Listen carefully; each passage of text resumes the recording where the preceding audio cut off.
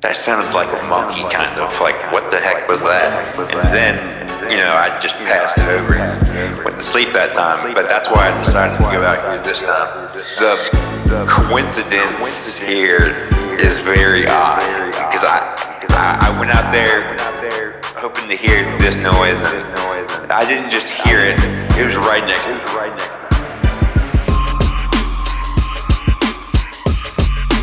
Greetings and salutations, everybody. Welcome back to another episode of Odd Virginia. My name's Alex Koska, and I will be your host for this show. Today we have a returning guest. Logan was last featured on episode 24, Wintergreen's Litany, where he talked about some strange things going on in his area kind of nearby Wintergreen. Well, he emailed me the other day, just after another very, very strange thing happened to him. He believes, as he claims, that he was almost within touching distance of a Bigfoot.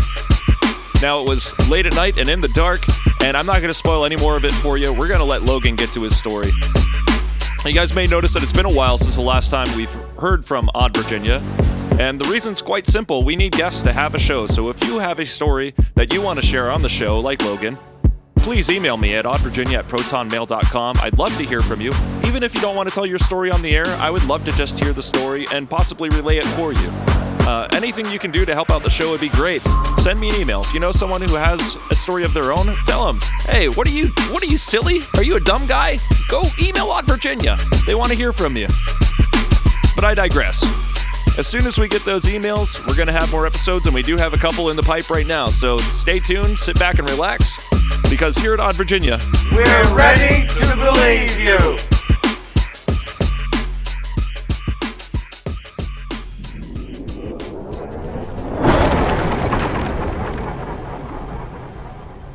Hello. Hey, Logan. How's it going? Hey, how are you? I'm doing pretty good. I'm doing all right. Just waking up. This is the weirdest day, man. I've never slept this late before, and I work nights, so I usually wake up in the afternoon, but this is like way oversleeping. Well, what's up? What's up is I'm getting my coffee and waking up to the world as the sun's going down. It's the weirdest thing. Yeah. It's good to hear from you, though, man. Welcome back to the show. Yeah, I'm glad this show is continuing to go. Yeah, me too. It's not really a very consistent thing anymore, because I'm just putting up episodes when the interviews come.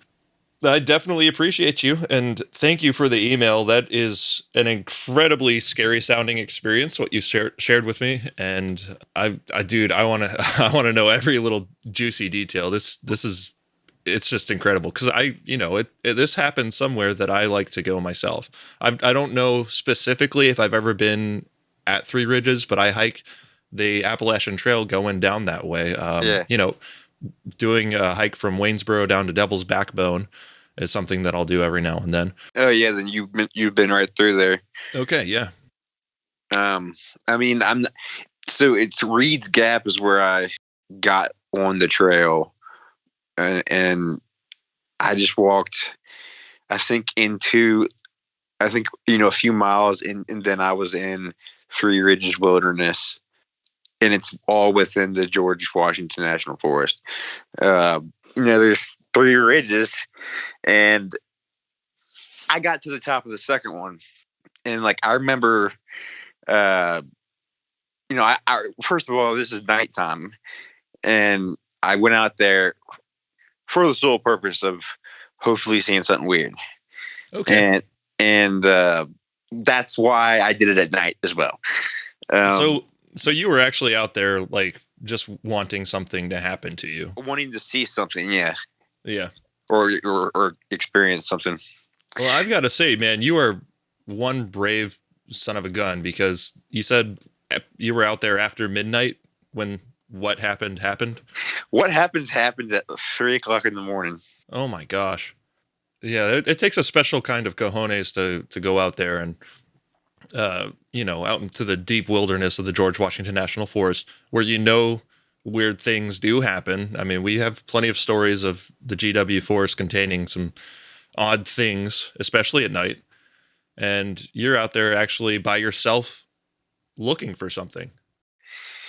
Yeah, so that's something I've been thinking about all day, honestly. Because I had a feeling that was going to be something you brought up. But um, I just can't. Even now that I what I heard the other night was undeniable in terms of that is definitely the sound that people think Sasquatch makes, and uh, even now after hearing that, I still can't. I'm not scared of the woods because I grew up. I grew up in the woods, man. Like, it's just people hunt every single day. I can't fathom being afraid of going into the woods in Virginia. Uh, but at the same time, I am creeped out, and I don't want to say that it's I want to walk back my statement that I made to you earlier about how I think these things can't hurt you, because I have no way of knowing that, Right. but at the same time I just know that somebody who doesn't believe in this has no fear of going out into the woods of Virginia. Yeah, and I'm right there with you, man. I don't think there is any very solid reason to fear being out in the woods, especially in the daytime, of course. But alone at night, even you're still pretty safe. You're much more likely in a metropolitan area to encounter something harmful, and people walk out in metropolitan areas all the time. It's not without fear, It's not like something is easily gonna just fall into your lap that's gonna end your life. It's risky business walking out your door each day, as they say, but I think the woods are one of the safest places you can honestly be, as long as you're not, twisting your ankle and getting stuck out there, falling into a survival situation. You should be just fine. Yeah. I mean, that could have easily happened. And, luckily I just, I'm just pretty good in the woods and had my light, and I was good walking. But I decided to go back down the mountain at the right time as well, because it was getting cloudy and a cloud was coming through. And once that happens, I mean, you can't see a foot in front of you. Yeah. Let's walk it back a little bit, just a minute, because I want to know about how long of a hike does it take to get from Reed's Gap, where you started, to the second ridge of the mountain where you said this happened? Yeah, I think it took about an hour and a half. An hour and a half? Okay, so it might have been about 4 miles in, 5 miles or something like that. Yeah. All right, well, go ahead and walk us through this story, because I want to hear, or I want everyone to hear exactly what it is that you experienced that night. Yeah. So,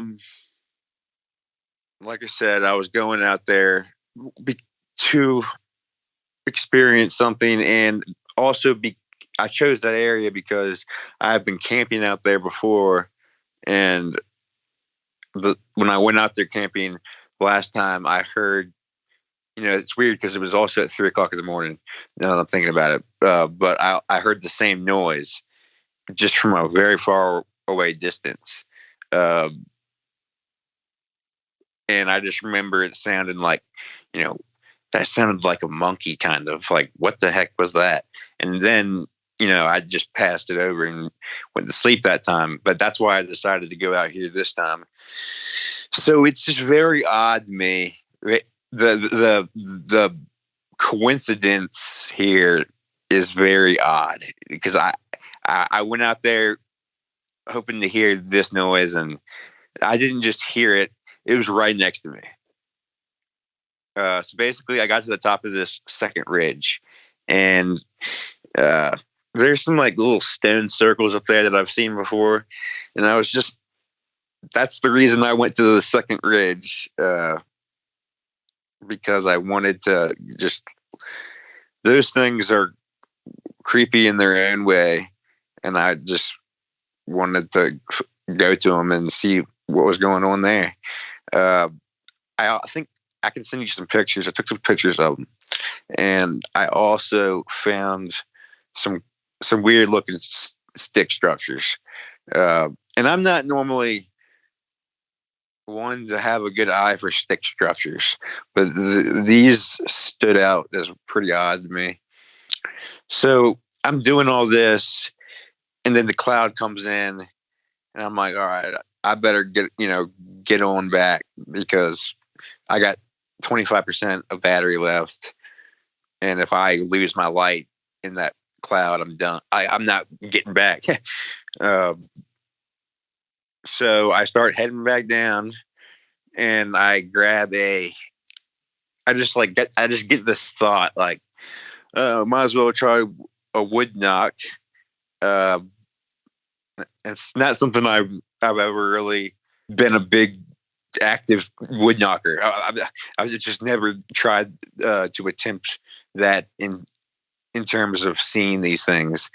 So I picked up a thick stick, and I found a tree right next to the trail, and I hit the tree as hard as I could 6 times. And on the 6th time that I hit it, it was like clockwork. Something like, at least, I say 5 feet in the email. I'm guessing probably realistically like 5 yards away from me, made this noise, the same noise that I heard the night I was camping. And it's the same exact noise that Ron Moorhead hears in the Sierra Sounds. Okay. I'm sure pretty much anyone who's interested in the topic of Sasquatch knows what the Sierra Sounds are, but for anyone who doesn't, I'll probably insert a quick recording in here just to get people up to speed. And specifically, it sounded like, because if you listen to the Sierra Sounds, I listened to all this today just before, trying to get a good mindset of what to talk about. And if you listen to the Sierra Sounds, there's a lot going on there. Yeah. And I did not hear all that. I just heard a very distinct noise. It almost sounds like a goose in distress. Okay, we have to take a break right there to get into the Sierra Sounds, these infamous recordings by Ron Moorhead that Logan is comparing what he heard to. Now, I'm sure many of you are very well aware of Ron Moorhead and the Sierra Sounds. I have a very savvy listener base for this podcast. However, I can't bank that everybody knows exactly what this is, so let's do a little bit of a dive. Now, Ron Moorhead was a hunter who would take yearly trips into the Sierra Mountains back in the early 1970s with a rather large group of other hunters. And they would hunt in a very remote spot in the Sierras that was off-road, off-trail, and they would have to take pack horses in order to climb the mountain up to their spot, where they had a nice little makeshift log cabin. It was just basically a kind of a lean-to. And while they were out there, they would hear all these crazy sounds out there in the forest, and thinking, well, that's certainly something we don't hear anywhere else. They decided to come back another year with a bunch of tape recorders. And this group of hunters ended up catching some of the most famous Sasquatch audio recordings of all time. There's a series of very aggressive sounding wood knocks, animalistic sort of sounding calls that sound very ape-like and bird-like at times, but also some sort of other vocalizations that almost sound like language. And by sheer luck, a cryptolinguist named Scott Nelson came upon these recordings when his son was doing a school project researching the Bigfoot phenomenon. And when Scott Nelson, the cryptolinguist, heard these sounds, he said, "Son, I'm pretty sure that's language." And so he looked into it, and sure enough, he claims that what was recorded by Ron Moorhead and those other hunters on that day in the early 70s is proof that whatever these creatures are that were recorded have a unknown language that they tend to use. And I don't want to get too much into the weeds on this, so let's go ahead and just play the sounds that were recorded by Ron Moorhead that Logan is comparing his experience to.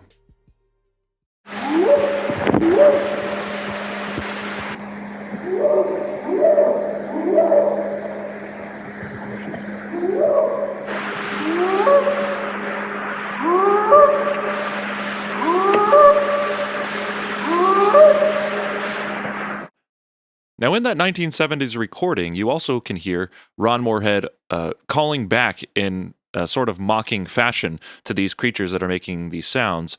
And he seems to mock just about every vocalization they do. But here's a little bit of Ron Moorhead actually mocking that sort of bird-like call that they're making in a very funny call and response. You can definitely tell that whatever's making this noise is absolutely not a bird in the way that it responds. There's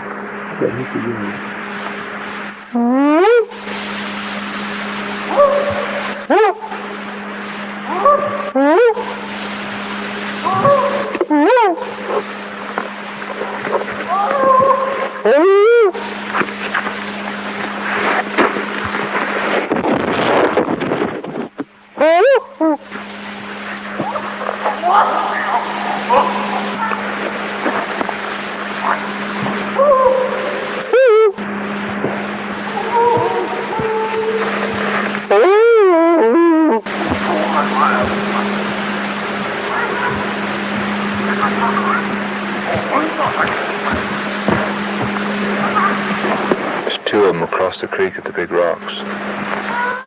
And there you have a vocal interaction between man and what we presume to be Sasquatch. Now, Ron said that there were big, giant footprints found around that area, so that's what he suspects it to be. But you can hear he's doing that call, the response changes, and they try to sort of see what he's capable of responding to and mimicking. And then it sounds like a bigger one steps in and sort of says, "Hey, stop talking to those humans." Now, a lot of people hear these recordings and find them utterly unsettling. But for me, it's all just plain fun and crazy. So if you're interested in hearing these Sierra sounds in full, they're very easily accessible on the internet, as well as many, many interviews with Ron Moorhead and Scott Nelson and other people who have scientifically evaluated these recordings. So if that's something that interests you, please go ahead and search for it. Ron Moorhead is an absolutely wonderful man to listen to. He's been in this field ever since he's made those recordings, and he has a lot of knowledge to share. Let's get back to the interview.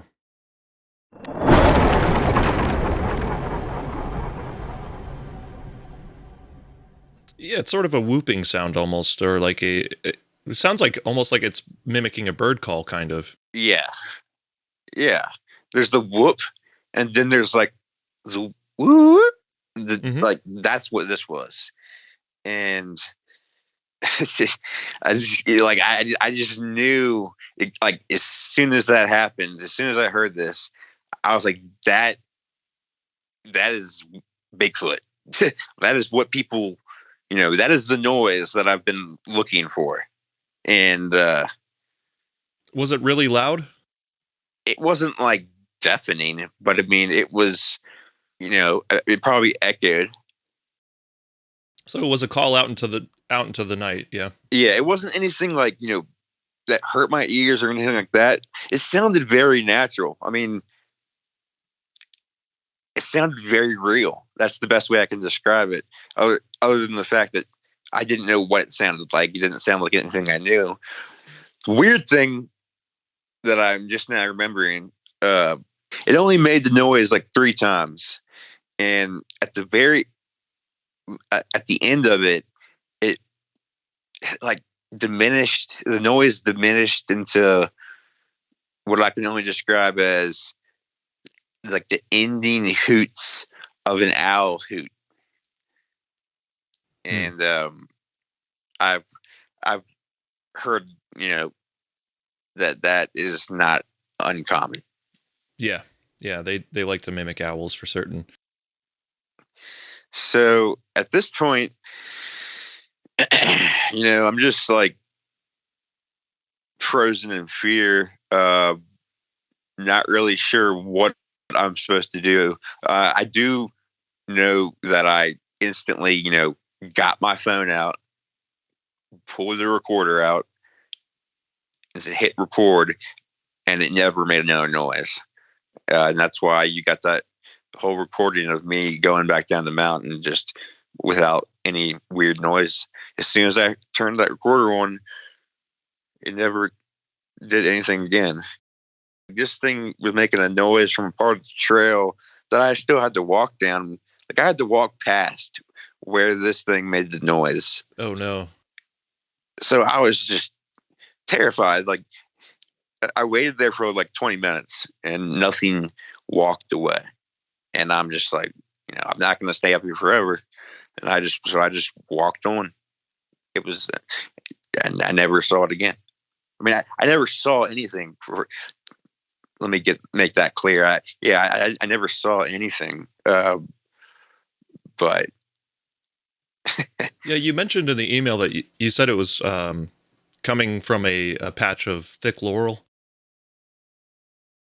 yeah, I mean, it wasn't even that thick, I would say. Like, I should have seen this thing. Like, it was loud enough, close enough, so I should have heard it moving or heard it something other than just this. It was like almost like I hit a button when I hit the tree. Basically, like, I hit the tree and this thing just like responded like instantaneously. Just let you know that it was there. Yeah. Right when you did that. And that's something I wanted to comment on, that sound. It's very often that people report these, if it was a Sasquatch, they report Sasquatch mimicking the barred owl call.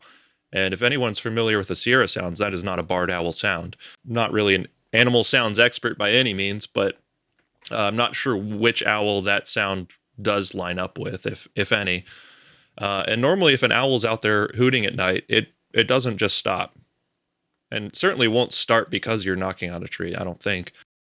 And the start of it also was not an owl sound. It sounded more like a goose in distress. It was the end of it, like it transformed into a hoot. But it was like I've heard people say like it was a bad. It sounds like a bad imitation, and that's kind of what it was. Yeah, exactly. And you said it was close enough that if there was something hiding out there and moving around, you would hear it rustling in the bushes. It was close enough for that. Yeah, most definitely. I mean, yes. No, yeah, this thing was loud enough and close enough to where I should have seen it, or I should have seen something like a shadow or heard some movement on the ground or something, because it was loud. I mean, it was obviously like a big lung capacity. Yeah, if I heard something like that, man, I'd be at the very least power walking my way back down that mountain. Yeah, if not running. I thought maybe it was pacing me at one point, but I don't think it was. I think that was just me being kind of paranoid. But I listened to a lot of stuff Ron Moorhead said today, and I've run out of ideas with Bigfoot. Like, it's just such a weird thing, and the dimension, multiple dimensional. That makes the most sense to me now after I've exhausted everything else. And it's like, because I really got the very distinct vibe that I could hear this thing, but it just wasn't all the way here. Like, if that makes it, you know what I mean? It does to me. And there are a lot of different ideas that people have on the nature of these things. I'm kind of with you in the fact that I see too many inconsistencies to think that they are fully animalistic physical beings. There's definitely just that odd factor that's inexplicable, and anyone who thinks that they have these things figured out is absolutely wrong, I believe. Yeah, no, I definitely agree.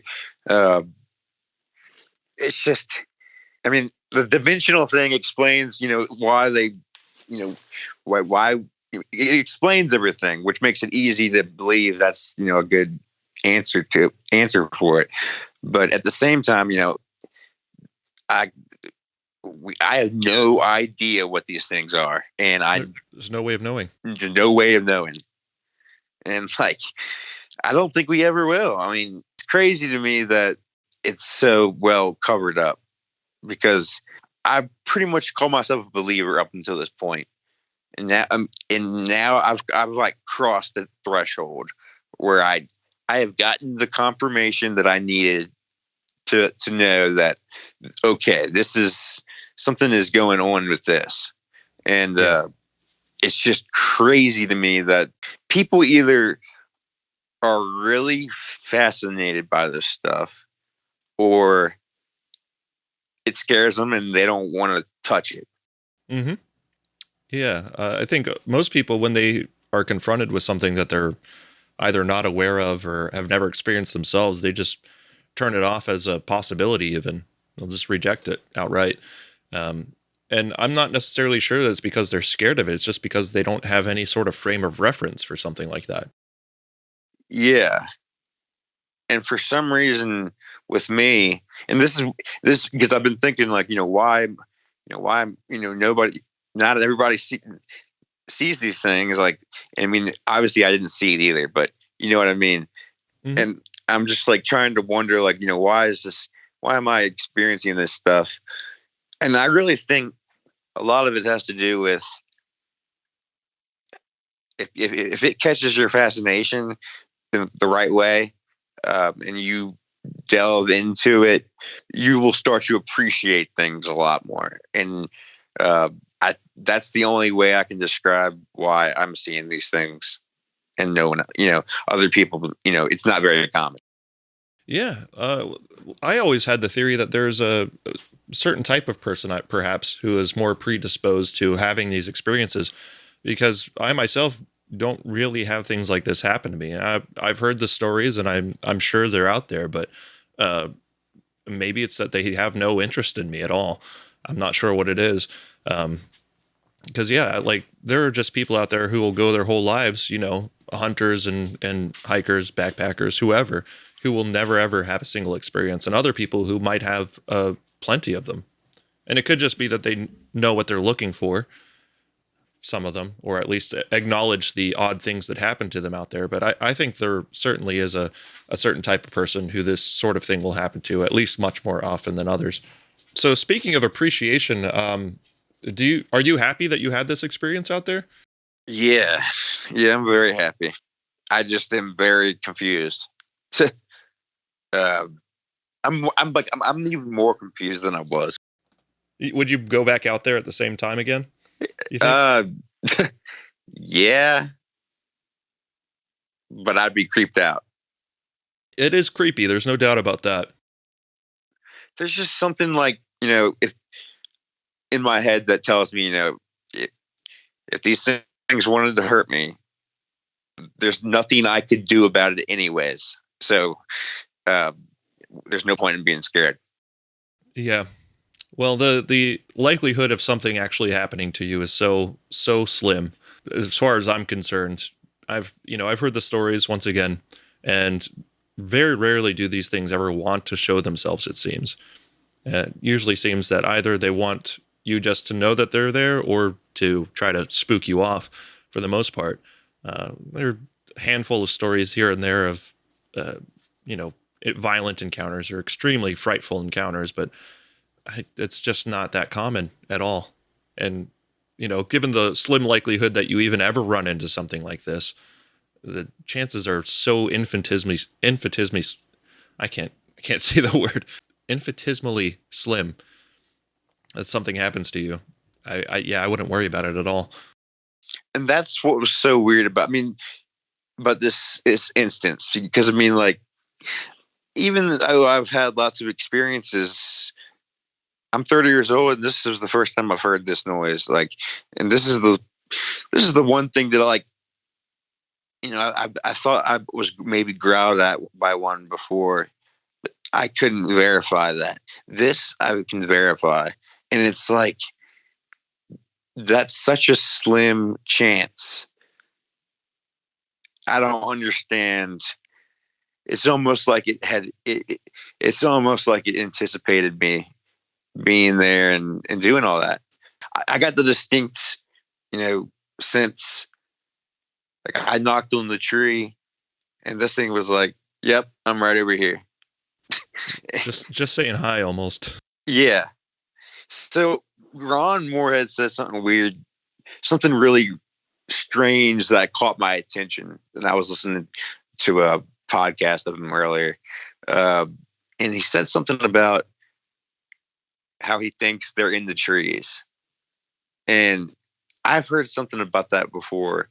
Someone has said something to me regarding these things being in trees, but in a way that's not normal, almost as if they can shift their mass. And when like you hear those knocks on the Sierra sounds, he said that like he thinks that maybe that's them knocking on the trees from inside. As crazy as that sounds, yeah. But yeah. So I've come to learn that the crazier this stuff is crazy, man. And so I've looked up a lot of stuff lately, and like the stone circles that I talked with you last time, like that made me like go into research about like Celtic traditions and like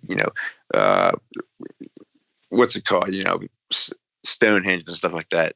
And then that led me to like way back in time, the Druids. I'd never even heard of the Druids before, and they are like these people from like the time of like Rome and Greece. Yeah, they were wiped out under the Roman Empire. Yeah, and they had like this like huge respect for trees, and it was like they thought the trees were very special, and I'm just making all these connections. And it's just so weird to me, but that this is the way that the facts are taking me. But that's the way it seems to be. Well, I'm really glad you actually brought it around to that, because I was thinking, the fairy lore that we get from that part of Europe, Great Britain, Ireland, all that place. Or back then they had these spirits called the Woodwoes, which a lot of people have connected to the idea of Sasquatch. And a lot of people will also say that the Sasquatch are some sort of a tree spirit or a wood spirit. And I'm not going to discount that, because I don't shy away from the woo-woo stuff, and I'm not going to claim that I know anything until I do know something, right? I'm just going to try to be intellectually honest as possible about it. But if you ever listen to Steve Isdall's channel on YouTube or Rumble, he collects stories. He'll give us 5 or 6 stories every day, because people just email him their personal experiences. And I'm not going to say they're all true. There are probably some fiction writers that email him, and he'll just read whatever. Doesn't matter to him. He just wants to get the stories out there. But there have been, I believe now that as much as I've listened to his channel, I haven't heard everything, but about 2 different stories I remember hearing of loggers who are cutting down trees and have found literal skeletons inside trees. That's so weird. Inside trees, yeah. How does a skeleton get inside a tree? I mean, yeah. So that brings me back to flesh and blood. Like this thing sounded flesh and blood. I'll give it that, but I just didn't see it, and it's got a really good talent of not being seen, which makes me think it's more than flesh and blood. But at the same time, it's like it is. It's like it's a little bit of both. Yeah, there's certainly spiritual entities that can manifest in a very physical way, and we can see this with demonic encounters in houses. When someone's got a haunted house with a very malevolent spirit, there are physical manifestations that do happen. Yeah, so that's going to bring me to my next point. So this is like some woo stuff, I guess you'd call it. But I don't look at it that way. I'm just, it's more like I'm just like trying to like test out different like hypotheses and see which one works. Anyways, what I'm about to tell you is just a little, like I would consider it a little out there. I mean, to even think about. Basically, Uh, I've heard of, I think his name, Dr. Stephen Greer, and he talks about like meditation and essentially manifesting these things, or not. He's talking about manifesting UFOs and stuff. Yeah, that's the CE5 protocol. Yeah, exactly. Which, I've seen the orbs and stuff. Like that's what I've seen the most of. And I'm not saying.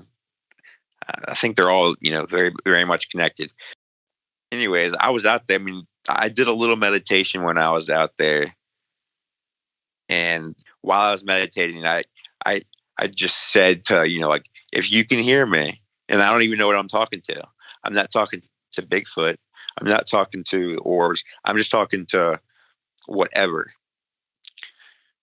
And I just said, if you can hear me, present yourself to me.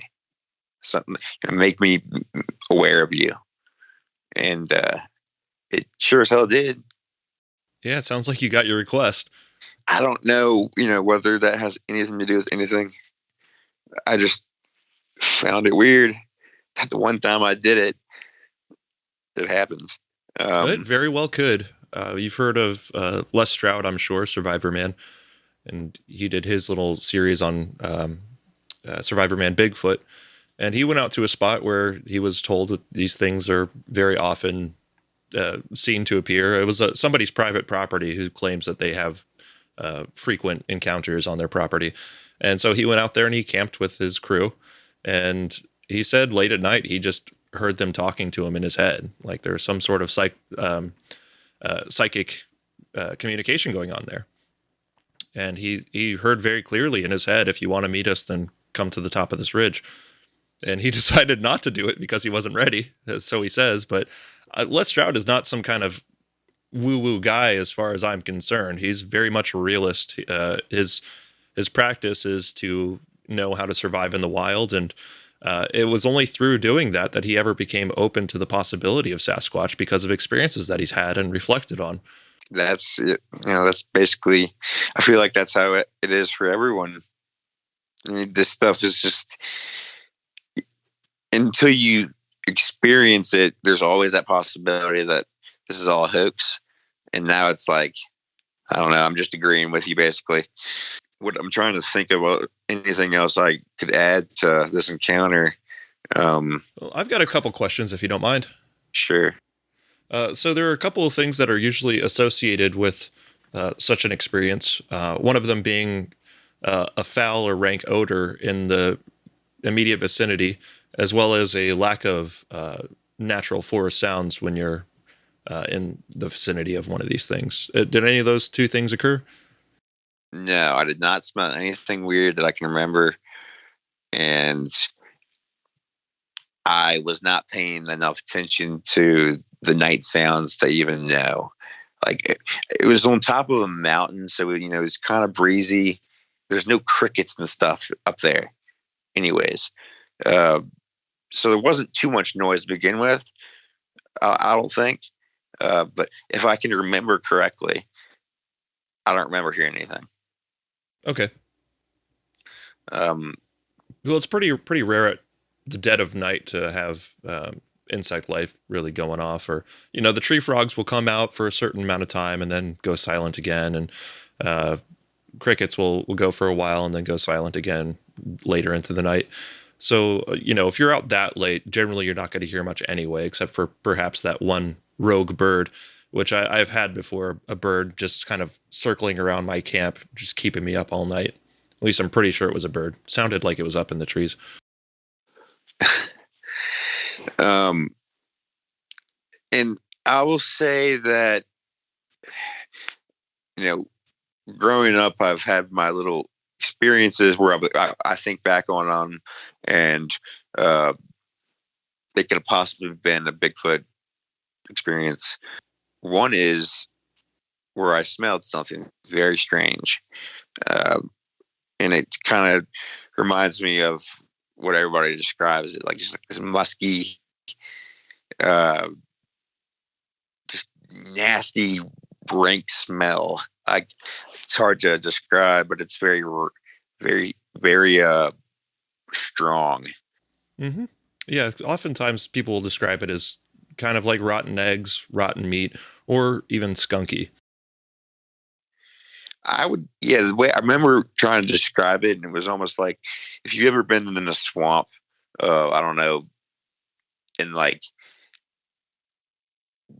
stuck something way down deep in the mud and lifted the mud up. This swamp releases like a nasty smell, and it was kind of like that, but it was way more strong.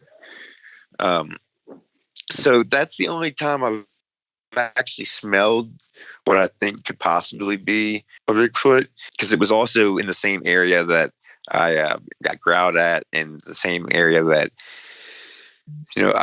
I didn't tell you about this before. I just kind of recently remembered this, and when you told me about Les Stroud just now, it made me think of it. The other experience when I was younger is like, I remember being in the woods, and this was very close to where that smell came. And I remember something talking. Like, I remember I was young, but probably 12. I just remember something talking. Like, there was something in the woods talking, and it really felt like it was talking to me, like trying to get my attention. Like, hey, you is what I remember. And it was like, and what I want to say is, I heard it say like, "Can you see us?" Or we. It was. I got the distinct impression that there was multiple of these things. I never saw what it was, and I remember thinking at the time, like, "What is that? Like, what's making that?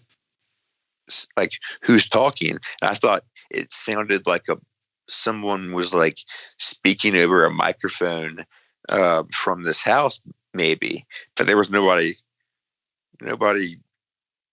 doing that. That just doesn't even make sense. But that's kind of what it sounded like. That's so odd. Yeah. So that's just kind of like a memory I have. And when you said that about Les Stroud, it made me think of that. Yeah, that's crazy. It sounded like it was audible and kind of off in a distance a little bit, seems like. Yeah. Like I was And it was like someone was calling out to you or something. Yeah, like they were trying to get my attention and my focus, and I was like looking for them, but I couldn't. I remember I was scanning the woods. I couldn't see anybody, and it sounded like I don't know why. I think they might have used the word "we," but I got the distinct impression that there was multiple. Wow. And is this the same area, or was this up north? So where I grew up was Hanover County. Okay. So right outside of Richmond, and this most recent encounter obviously was up here in Shenandoah. Yeah. So speaking of Shenandoah as well, I just went out recently with another one of the earlier guests from the podcast, and we wanted to check out some things down sort of in your area, actually. And you know where Route 501 is, yeah? Yeah. Yeah, we stopped along there on a Forest Service road. I'm pretty sure that backs up into the George Washington Forest. And this is a place I've been told about. I'd been tipped off about it. So we went up there and we started looking around. And just right off the road, basically, you start seeing stick structures everywhere. Just everywhere. And hopefully that video will be up soon. I want you to take a look at that so you can see it for yourself. But it's a lot of just deadfall in that area anyway. So there's a lot of things that could very naturally occur. But then there were some things where you're like, there's no way this happened on its own. The way that these are all fallen, the way this branch is shoved in between these living trees in such a way, there's nothing that could have happened naturally. No wind, no snow that could have made this structure the way it is. It's crazy. Yeah, I've definitely seen things like that. Just it's hard to tell, for me at least, whether because like some areas there will be just a ton of like broken trees And it's like, why are all these trees broken? But it has to be something natural because they're all broken. Mm-hmm. But then I'll get to areas where like I'll send you the pictures that I took, and they look pretty odd. Okay, yeah, I'd love to see those pictures. And if you don't mind, I'll go ahead and put them up on a Google Drive and share a link with the audience in the show description. Of course. That's pretty much it, man. That's like the whole encounter. I will just say that this encounter means a lot more to me probably than it does your audience. And the reason I say that is because I've been listening to this podcast, these podcasts for a decade now. And I've heard, just about every story you can think of, and I've heard, the Sierra sounds. Like I had heard that so many times. I had heard them talking about it so many times, but now, like when I listened to it today, I had a whole brand new appreciation for everything they were saying. And so that's what I want to get across to your audience is there's something to this, and it's very fascinating. I totally agree. I had actually a very recent revelation of a very similar sort. Once again, I was listening to Steve Isdall. His YouTube channel is called thefactsbyhowtohunt.com. And he had a emailer, somebody who wrote in a story, and accompanied with that was a recording that they had gotten of that wood knock sound. And when he played it, it sounded precisely like what I had heard when I was out in Elkton. No, I was in Newmarket, driving out in the mountainous area of that area. And I heard something that I said, that sounds to me like a wood knock. Well, lo and behold, a whole year later, I hear this recording. It's spot on exactly what I heard. And Steve also said, that's exactly what I heard when I heard them. And I was like, man, do all the wood knocks sound exactly the same? Apparently, they might. I mean, it sounded like somebody slamming a baseball out of the park, dude. It was crazy. Wow. Yeah. And I've never hit a stick against a tree and made it sound like a baseball bat hitting a baseball. No. And if you listen to the Sierra sounds, listen to the knocks like very specifically, because I mean they do sound like just a weird sound. It doesn't sound like a normal bang you would expect to hear against a tree. Well, thank you so much for coming on and sharing your story, Logan. It was incredibly valuable for me, and I hope everyone else gets a bit of enrichment out of this story. As do I, man. I'll keep you updated. All right. Well, I'll see you later. All right. Big thanks to Logan for coming back on the show as soon as he'd had another experience. I love it that I've kind of become the guy who everybody wants to tell as soon as they have something happen to them that they can't explain. It's just kind of become a little bit of a thing where I'll get a random text like, oh my gosh, guess what just happened? And I hope that continues. Have you got anything you want to share? Like I said, don't hesitate to email me, oddvirginia@protonmail.com. I will be waiting for you.